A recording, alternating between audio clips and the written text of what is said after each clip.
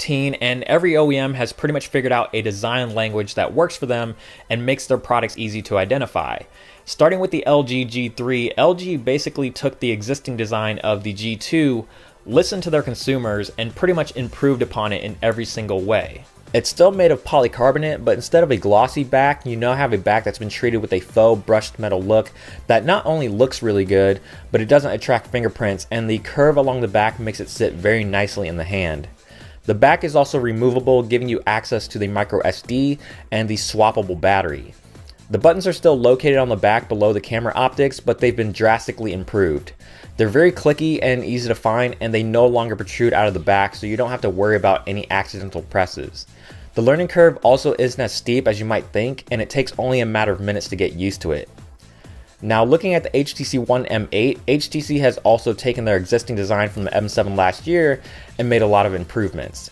It's now made of 90% metal, so there's a lot less of that plastic injection molding, except for where it's needed, and the phone looks and feels more premium than ever. HTC has always been known for their build quality, and they really topped themselves with the M8. Just like the G3, the back of the M8 is also curved, giving it a very comfortable feel in the hand, and it also does a great job of not attracting fingerprints. It's a unibody design, so the back isn't removable like the G3, meaning you don't have access to the battery, and that's typically the trade-off with a metal phone, but HTC did include micro SD card expansion this time around via a tray on the side of the phone. The buttons are still in their usual locations for a HTC device, with the volume rockers on the side and the power button located on the top that's very hard to reach without shuffling the phone in your hand. While both of these companies have taken their existing designs and improved upon them in pretty much every way possible, the size of the LG G3 is really impressive. It's got a larger display than the One M8, but thanks to those super thin bezels, it's not that much larger than the M8. The height difference between the two is negligible, and the G3 is not that much wider in comparison. Handling these phones do feel very similar, as they both have curved backs, giving them a great in-hand feel. The HTC One is heavier, obviously, due to the metal construction, but they both feel very solid in the hand and are two of the best looking phones you can get on the market right now. Moving along to the display, the LG G3 is king right now, at least when it comes to the resolution and pixel density. It's a 5.5 inch display with a resolution of 2560 by 1440 and a PPI of 534, the first of its kind, at least in the United States. And for the most part, it's every bit as good as you would hope it to be. The colors aren't washed out, but they look a little cold to my eyes, at least in comparison to the M8, but otherwise it looks great. It's very bright with great viewing angles, and it's super sharp just as you would expect. Even though there isn't a lot of content taking advantage of the resolution right now, it still looks fantastic, and when the content finally catches up to it, it's only going to get better. The HTC One M8, on the other hand, is a 5-inch display with a lower resolution of 1920 by 1080 and a PPI of 441, but the screen on the M8 is still nothing to scoff at. It's still a very sharp looking display with fantastic colors, viewing angles, and brightness. When you put these phones side by side, are you going to notice a difference? If you look hard enough, yeah, you will notice a difference.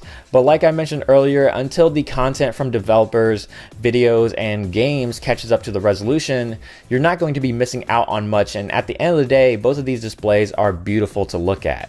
On the inside, both of these phones are very similarly spec'd, so you can expect very fast performance on both.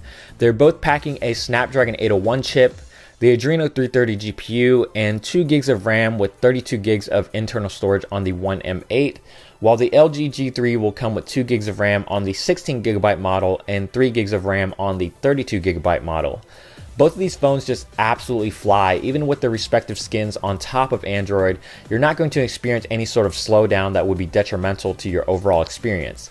I do find the experience with HTC Sense to be just a tad snappier in comparison to LG's GUI, and while the G3 might outperform the One M8 in benchmark scores, the real-world performance is what matters most.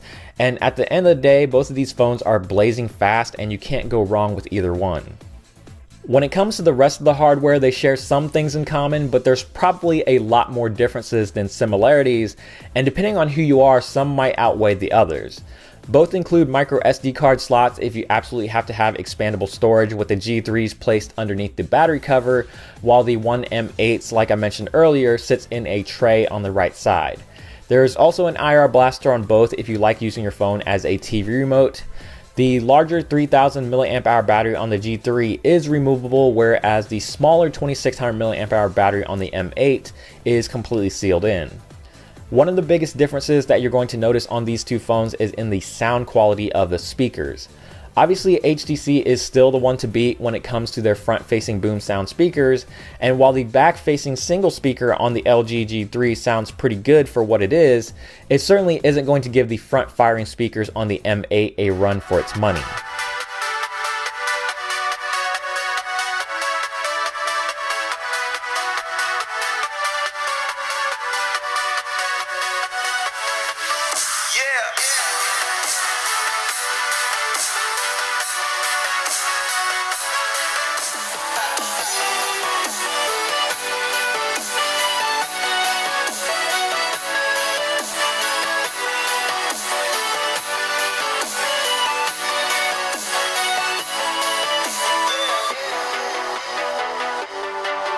As far as battery life is concerned, we've already established that the LG G3 has a larger battery than the One M8, and it also holds a slight edge for being user replaceable.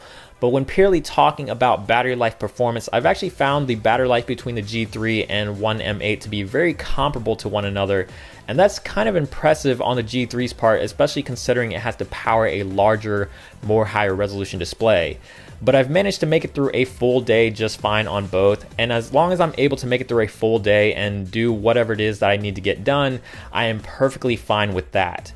Now, if you need to stretch the battery life of your phone even further, both the G3 and the One M8 feature power saving modes, but one thing to note is the power saving mode on the M8 will vary from carrier to carrier, as the Verizon version that I'm using currently does not have this feature.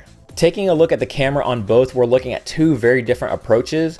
The LG G3 has a more typical camera with the 13 megapixel sensor, a new laser autofocusing system, and LG's OIS Plus technology built in. With the laser focusing system, you're able to get a really fast autofocus, allowing you to snap shots more quickly, and it works extremely well.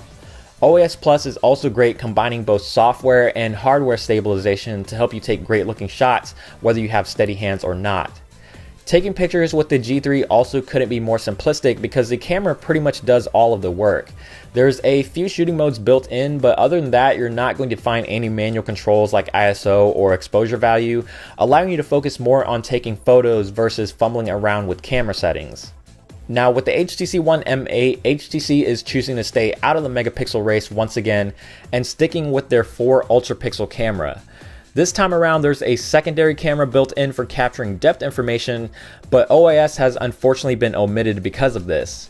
With the secondary camera sensor, you're able to do some very cool focusing effects after the shot has already been taken with the U-Focus feature, and if you take the picture just right, you can get some very convincing depth of field.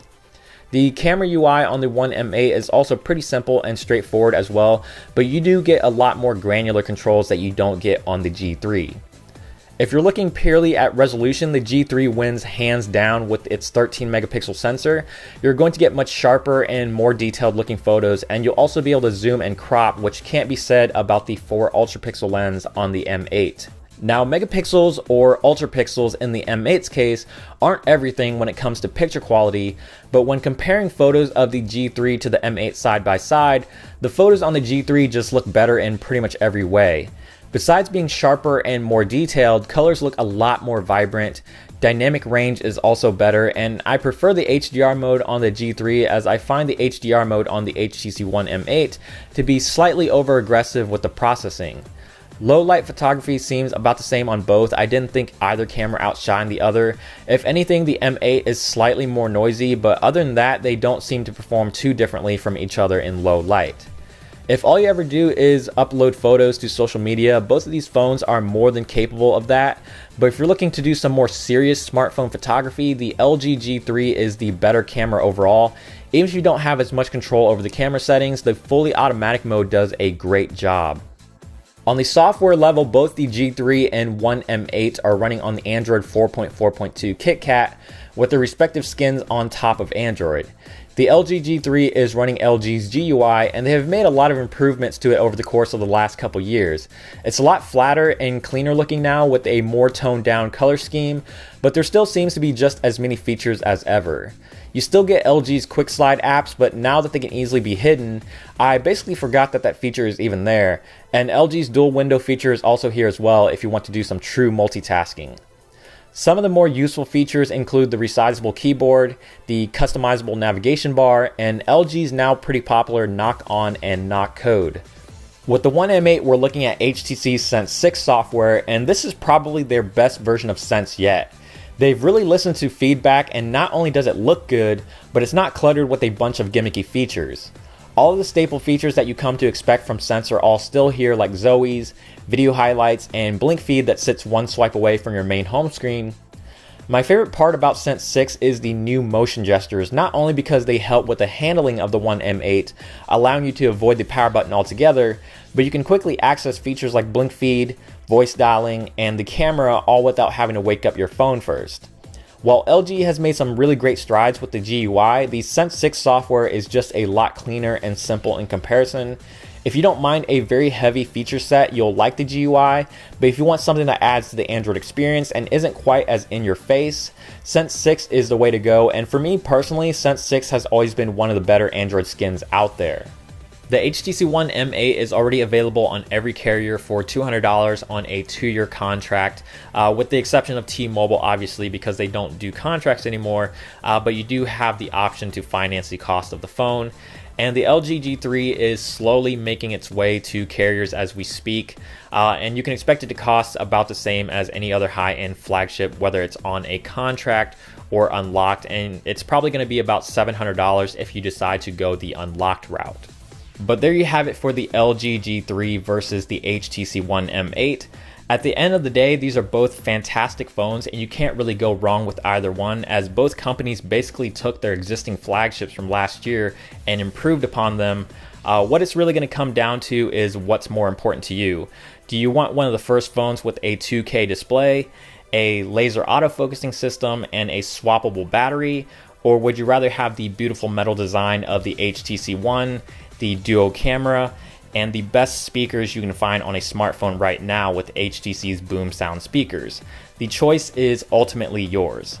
But that is it for this video. Hopefully you guys enjoyed it and found it helpful. If you did, give it a thumbs up down below, and also subscribe, which is also down below. And once you're done doing all that, make sure to check out the website at androidauthority.com, because we are your source for all things Android.